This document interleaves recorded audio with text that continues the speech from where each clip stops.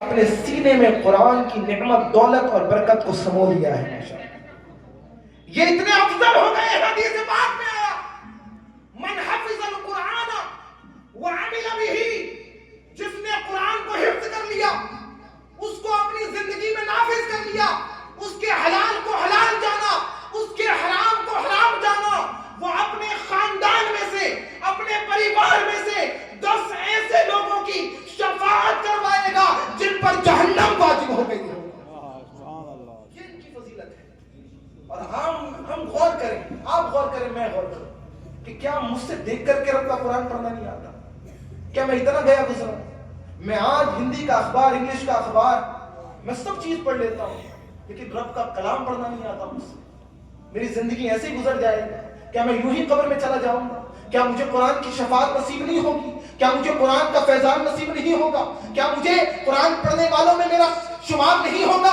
کیا قرآن میری شفاعت کرتا ہوا نظر نہیں آئے گا؟ کیا قرآن کی صورتیں میرے لیے اللہ کی بارگاہ میں میری سفارش کرتے ہوئے نظر نہیں آئے گی؟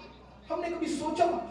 کبھی ہم نے تنہائی میں بیٹھ کر کے یہ سوچا کہ ساری کتابیں، ساری ڈگریاں ہمارے پاس جمع ہو گئی، لیکن ایک ڈگری ہمارے پاس جمع نہیں ہے، وہ قرآن کو پڑھنے والے کی ڈگری نہیں۔ ایک بچہ جسے اس کے والدین نے ساری ڈگریاں دلائیں، جب بچہ ساری ڈگریاں فارغ ہو گیا نا، تو اب بچے کو ایک بیماری لاحق ہوتا ہے۔ بسا اوقات بیماری کسی کو بھی آ سکتی ہے، کسی وقت بھی آ سکتی ہے۔ جب بیماری لاحق ہوئی نا، موذی مرض، اور ایسا مرض کہ جس کا علاج ڈاکٹروں کے پاس ہوا، ڈاکٹروں نے جواب دے دیا، کہا کہ آپ کا بیٹا بچ نہیں سکتا۔ اب وہ بستر مرگ پر پڑا ہوا ہے۔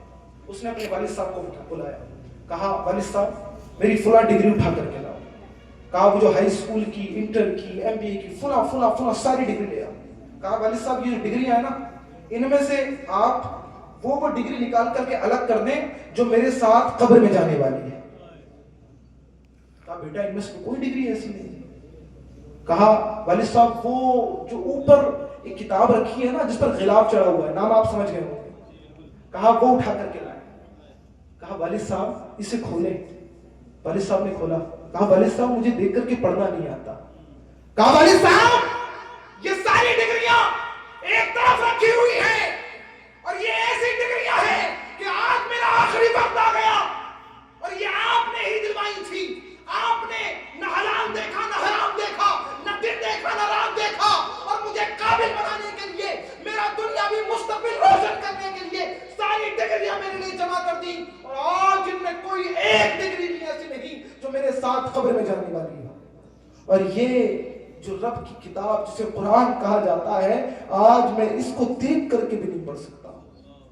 کتنی بڑی ہلاکت کی بات ہے، یہ کتنی بڑی شرم کی بات ہے کہ کہیں یہی اولاد اگر حشر میں ہمارا دامن اس نے پکڑ لیا، ہمارا گریبان اس نے پکڑ لیا کہ میں تو قرآن کی نعمت، دولت اور برکت سے محروم رہا، میرا قصور ہے، لیکن مجھ سے زیادہ میرے والدین کا قصور ہے، تو ہم کیا جواب دیں گے؟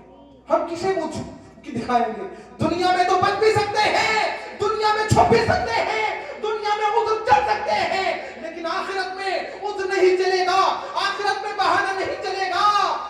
وہاں پر رب کا حکم چلے گا، وہاں پر رب تبارک و تعالی اپنے فرشتوں کو حکم دے گا کہ ان بندوں کو لے جاؤ اور ان کو جہنم میں داخل کر دو۔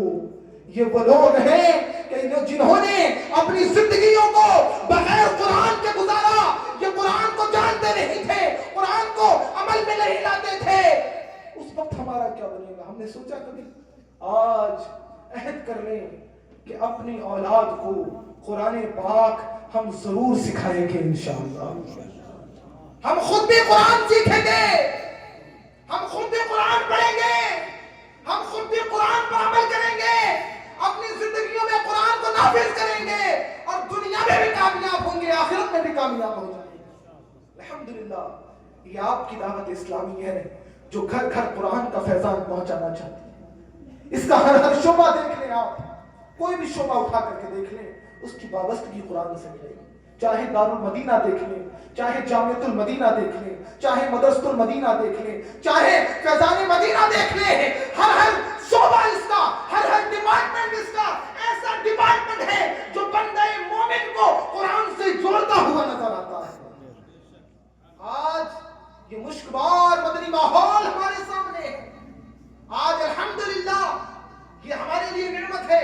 میرا جانا کئی ایسے علاقوں میں ہوا کہ جہاں پر جو ہے دین کے ادارے موجود ہیں، وہاں پر ایسی جگہ ہندوستان کی بتا رہا ہوں کہ جہاں پر لوگوں کو سلام کا جواب دینا نہیں آتا، جہاں پر لوگوں کو کلمہ صحیح پڑھنا نہیں آتا، اور وہاں پر سکھانے والے بھی موجود نہیں۔ وہ چاہتے ہیں کوئی آ کر کے ہمیں سکھائے، لیکن وہاں پر نہ مسجدیں ہیں، نہ وہاں پر خانقاہیں ہیں، نہ وہاں پر مدارس ہیں۔ لیکن الحمدللہ آپ کے لیے، آپ کے سیفنی میں اتنی مساجدیں ہیں، اتنے مدارس ہیں، اور الحمدللہ دین و سنیت کی، عاشقان رسول کی غیر سیاسی تحریک دعوت اسلامی بھی موجود ہے۔ ماشاءاللہ آپ اگر زیادہ عمر کے ہو گئے نا تو بھی دعوت اسلامی آپ کو مایوس نہیں کرتی کہ کوئی سوچے کہ یار میں تو اتنا بڑا ہو گیا، میری عمر 30 سال کی ہوگی، 40 کی ہوگی، 50 کی ہوگی، اب تو میں قرآن نہیں پڑھ سکتا۔ نہیں، الحمدللہ آپ کے لیے دعوت اسلامی نے ملک بھر کے مختلف شہروں میں، اور الحمدللہ آپ کے شہر میں بھی لگتا ہو، جگہ جگہ مساجدوں میں بڑے اسلامی بھائیوں کے لیے مدرسۃ المدینہ بالغان کا انتظام کر دیا ہے۔ ماشاءاللہ جہاں پر بڑے اسلامی بھائیوں کو قرآن پاک پڑھنا سکھایا، اسلامی بہنوں کو اسلامی بالغان کے مدرسے موجود ہیں، عالم بنانے والے مدرسے موجود ہیں، ہمارے ایسے اسکول موجود ہیں کہ جس میں بچہ دنیاوی تعلیم بھی حاصل کرتا ہے اور دنیاوی تعلیم کے ساتھ ساتھ حفظ قرآن اور عالم قرآن کی نعمت سے بھی مشرف ہو جائے گا۔ یہ دعوت اسلامی کا فیضان ہے۔ میرے پیارے محترم اسلامی بھائی، آج اس محفل میں آئے نا تو بیانات ماشاءاللہ آپ سنتے ہی رہتے ہیں، تو علم کا گھر ہے ماشاءاللہ، سیفنی اور یہ پورا اطراف ماشاءاللہ علماء کی آمد یہاں پر آتی رہتی ہے، آمد ہوتی رہتی ہے ماشاءاللہ۔ لیکن جب تک ہم اپنے دل سے پکا ارادہ نہیں کریں گے نا، عزم مصمم نہیں کریں گے، کسی نے کہا نا کہ کسی بیمار کے لیے لقمان حکیم کے سارے نسخے جمع کر کے اگر دوائیاں کا بھی انتظام کر دیا جائے نا تو جب تک وہ دوائی کھائے گا نہیں ٹھیک نہیں۔ دوائی لینا ضروری ہے، بیانات پر عمل کرنا ضروری ہے۔ آج اس محفل میں آپ یہ نیت کر کے اٹھیں کہ انشاءاللہ مرنے سے پہلے قرآن پاک پڑھنا اور سمجھنا سیکھ لیں گے انشاءاللہ، سیکھیں گے انشاءاللہ۔ آپ کہیں بھی سیکھیں، علماء ماشاءاللہ موجود ہیں، ائمہ موجود ہیں، وہ کہہ رہے ہیں کہ ہم تو مائل بکرم ہے، کوئی سائل ہی نہیں، راہ دکھلائیں کسے رہ رب منزل ہی نہیں۔ تو سیدھے جو ہے نا پکار رہی ہیں، مساجد مدارس سب ہمیں دعوت دے رہے ہیں کہ آ جاؤ، مرنے سے پہلے تک یہ دروازہ کھلا ہوا ہے۔ میرے پیارے محترم اسلامی بھائی، آج جو بھی ہم نے یہاں بیان سنا اس کو اپنی گھٹی سے باندھ لیں اور یہ کوشش کریں کہ اپنے بچوں کو قوم کا ایک صحیح معنی میں کامل فرد ہم بنائیں گے انشاءاللہ۔ یہ قوم کا سرمایہ ہے، اور جب تک ہم خود وقت نہیں دیں گے نا، آج ہمارے گھروں کا ماحول درست نہیں ہے، پہلے تو اپنے گھروں کا ماحول درست کریں، اپنا ماحول درست کریں، اپنی اصلاح کریں۔ جب اپنی اصلاح کریں گے نا، آج میں آ رہا تھا سفر میں، اب ماں باپ ہاتھ میں موبائل، تو گھر کی کہاں ہے سب کو معلوم،